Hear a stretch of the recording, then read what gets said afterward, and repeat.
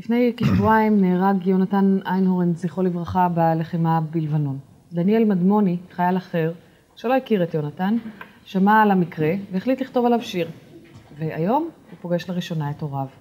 אנחנו אומרים בוקר טוב לרויטל ודוד איינהורן, הוריו של יונתן, זכרו לברכה. בוקר טוב. ולדניאל מדמוני. בוקר טוב. בוקר טוב.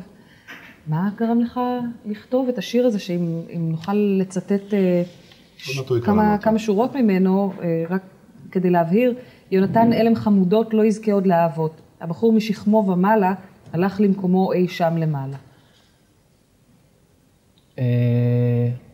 הרגש פשוט דיבר. עוד לפני שנהרג, יומיים לפני, ראיתי את התמונה והרגשתי קשור עליו, פשוט ככה. ראית תמונה שלו בעיתון? ראיתי תמונה שלו, כן, תמונה ממש מרשימה, תמונה שהוא ראשון, שהוא יוצא מלבנון. והתמונה צדה את עינך והוא חולל בך. כן, היא ממש, הוא צמרר אותי גם, ואמרתי, אני בטוח מכיר את הבן אדם. ונודע לי בסופו של דבר שאני לא מכיר אותו. ואחרי יומיים שהוא נהרג, פשוט הרגשתי כאילו משהו חסר לי, כאילו חבר טוב, הלך. ושמעתי, הייתי במחשב, שמעתי שיר של תום פרקש, שאחותו שרה לו, עמית פרקש. הטייס בן 23 שנהרג. כן, הטייס שנהרג, והיא גם, היא עשתה לי, צמררה אותי ממש, ואני ישבתי והתחלתי לכתוב. הרגשתי קשור לבן אדם הזה, והתחלתי לכתוב עליו, וכתבתי עליו שיר. והייתי חייב לדבר עם המשפחה ולשלוח לה את השיר הזה. אז תכף נשמע את השיר וגם תדבר עם המשפחה, רויטל ודוד, שוב שלום לכם. בקצר. לפני שנגיע לשיר הזה, אני יודע שאת היית כאן ביום חמישי, ואת אמרת אז, אחד הדברים שיעניקו משמעות למוות של בני, זה המשך הלחימה. נכון. מה את מרגישה הבוקר שמצד אחד יש הפסקת אש, ומצד שני הלחימה נמשכת? גרוע מאוד, גרוע מאוד. שמעתי את החדשות ב6:30 בערך, ואני פשוט בחוסר תפקוד. זה נורא והיום. ישבנו עוד חברים אתמול בערב, חברים של יונתן, חברים שלנו, ודיברנו על זה. אנחנו מרגישים רע מאוד עם הפסקת האש הזו. שאלתי בבוקר את דוד באוטו, תגיד לי, יונתן נפל סתם? בעלי היה מפקד, 20 שנה בצבא. שאלתי אותו, תגיד לי, הוא נפל סתם? הוא אמר, אין כזה דבר ליפול סתם. הוא נפל למען המולדת, והוא נלחם ונפל למענה, אבל אנחנו מרגישים ממש תחושת אבדון, באמת. היינו רוצים שהמלחמה תימשך, ושיהיו לנו תוצאות ושתהיה הכרעה במלחמה. יש לנו הרגשה באיזשהו מקום שזאת לא רק נסיגה, איך חברים אמרו לנו אתמול בערב, כניעה. מצטערת. זו התחושה שלך? אתה שותף לתחושה הזאת? בהחלט. אני חושב שהמלחמה הזו, עד כמה שנכפתה עלינו, הייתה צריכה להימשך. ולא בגלל שאנחנו, זה נוח לומר את זה עכשיו, אבל לא בגלל שאנחנו רוצים לראות עוד דם שניקז, אלא אנחנו בהחלט רוצים לראות שהפעם הזאת, המלחמה הזאת, תביא גם את השלום לצפון. לא נראה לי שהולכים לכיוון הזה. ואין מחשבה גם, אולי אם זה יעצור דקה קודם, אז נחסוך מכמה משפחות את החוויה הנוראית שאתם עוברים בימים האלה. אני חושב שאנחנו פשוט דוחים בכמה חודשים את המשך הלחימה.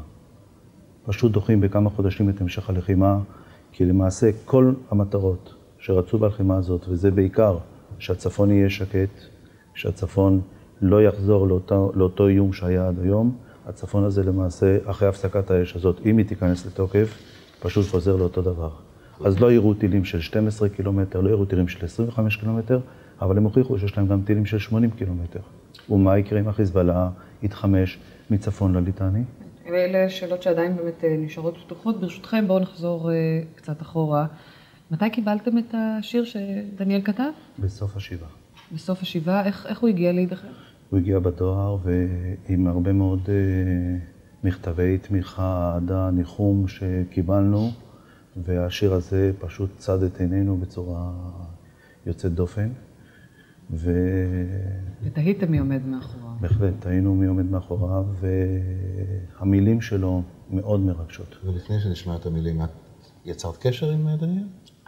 לאחר השידור, זאת אומרת, אנחנו היינו בתוך השבעה, היה קשה מאוד. אישרנו את זה, לא ידענו שיקראו לנו מערוץ 10. כן, הייתה אצלנו כאן בבוקר, הקראת את השיר. הייתי ביום חושב, ואז קראנו קטע. וזהו, וכשיצאנו לאוטו, התקשרנו לדניאל ואמרנו לו תודה רבה, ואני מקווה שנתראה, ואנחנו נפגשים עכשיו, ניפגש עם המון חבר'ה של יונתן, וזהו, ובזה זה נגמר, ואחרי דוד אמר שהתקשרתם אליו. זהו, אנחנו התקשרנו להודות לו מיד כשיצאנו מכאן. אתה יכול לקרוא לנו כמה מתאים לשיר? כן. יום שלישי, יום שרב, עדיין נלחמים בבית השייב. צרחות יריות, נפלת בקרב. אחרי כל ההכנות נשארו רק תמונות שמזכירות את תמימותך, אהבת הארץ וילדותך. יריות ופגזים, עוד יום של מבצעים, וברקע עדיין מתנגנת זעקתה של אמא בוכייה, שלא תחזור עוד לחיות בצילה. יונתן, אלם חמודות, לא יזכה עוד לאהבות. הבחור משכמו ומעלה, הלך למקומו אי שם למעלה. אני רציתי להודות, אבל כבר נגמר. אחי, כבר מאוחר. תסתכל עליי ותהיה שמח. אחי שלי, אנחנו ננצח. התחרות עכשיו בליבי, לנצח, לצידי. תודה רבה. אין בעד מה. זה המעט שהחלטתי לעשות, אני לפחות, בתור בן אדם שאני לא מכיר, והרגשתי קשור אליו, רק בטלפתיה או גלגול או איך שלא יקראו לזה. כי התמונות הן לצערנו רבות, והסיפורים הם רבים והנופלים הם רבים. ודווקא עם הדמות שלו. דווקא עם הדמות שלו הזדהיתי, ואני לא יודע איך זה בדיוק, אבל הרגשתי כאילו חלק ממני, כאילו אני מכיר אותו והלך לי מישהו חשוב מאוד.